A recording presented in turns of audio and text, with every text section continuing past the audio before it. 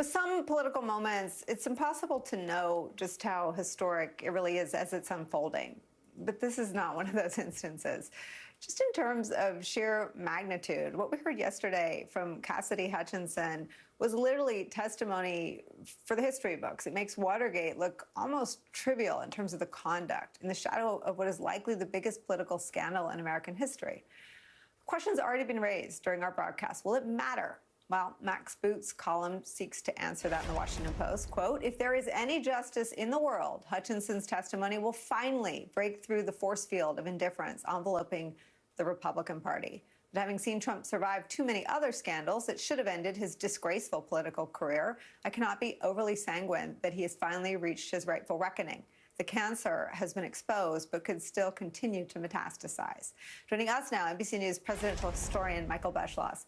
I was 28 when I went to work in the White House, and I watched this very composed, she's 26 years old, former White House staffer who literally sat right at the gates of the power center of the Trump White House. We know that is what she did. That was her job. Everyone came to her. Rudy Giuliani came to her to get Trump to go to the Capitol on the 6th. Cipollone came to her, barreled down the hall to stop the president from committing crimes. What is your sense of how what we learned yesterday will either change or endure through time?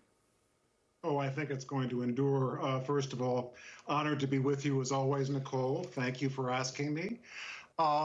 I think I can't see any way that this is not an historic day, what happened yesterday, unless you can believe that this investigation is going to stop with our witness yesterday and go no further.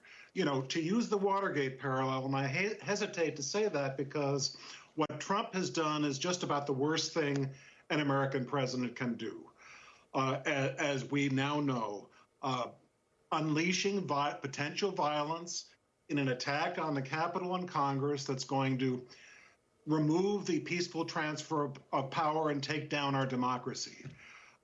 Compared to that, anything and everything that Richard Nixon did was trivial. So this is a different level. But to use the John Dean comparison, in late June of 1973, there had been Watergate hearings in the Senate for about a month?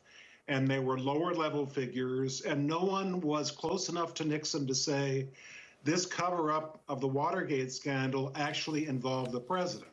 John Dean, who was Nixon's counsel in the White House, was the first one who went into those hearings. And the first thing he said was, I hope the president will be forgiven.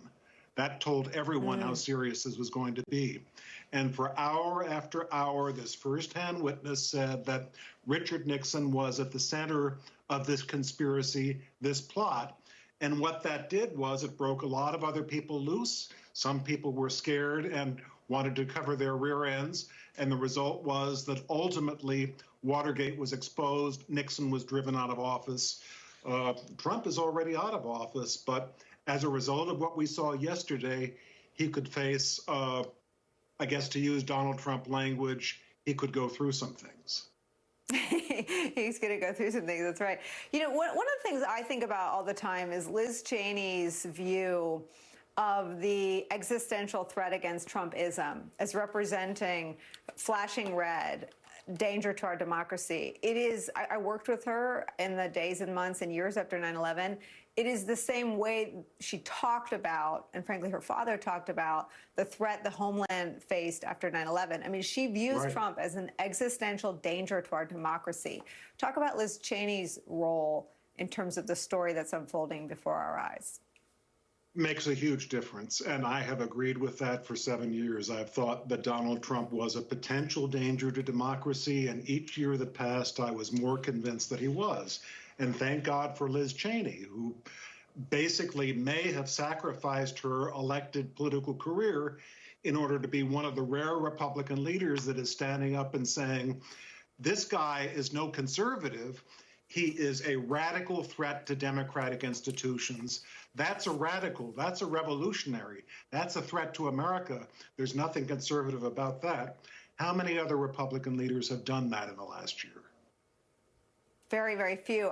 There's a piece, too, and maybe you have to be an ex-Republican whose heart was once broken by the party Breaking Bad to see it, but there's a piece of her trying to save conservatism. When you look at sort of the long arc of history, do you think it can be saved?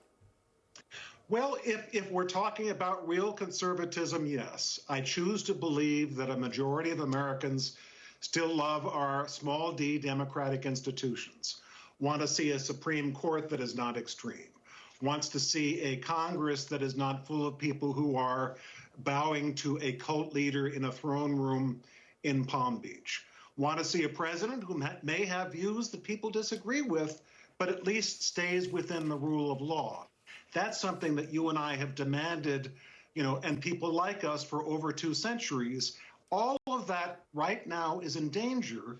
And we're living through a time where I can't predict to you whether we'll be living in a democracy 5 years from now or not. I hope we are. It's so, you were the second, Jim Himes said that yesterday, and it gave me, that's just a chilling, I have a physical reaction to people saying that out loud on our air, but it must be true. Michael Beschloss, thank you so much for spending some time with us on this today. I really appreciate it.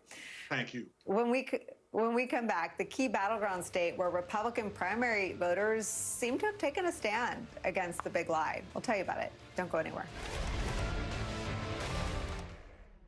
There's a monster problem, and our hero needs solutions. So she starts a Miro to brainstorm. Shoot it, suggest the scientists. So they shoot it. Back to the Miro board. Dave says, feed it. And Dave feeds it. Just then, our hero has a breakthrough. Shoot it. Camera. Shoot a movie. And so our humble team saves the day by working together on Miro. Love you. Have a good day. Behave yourself. Like she goes to work at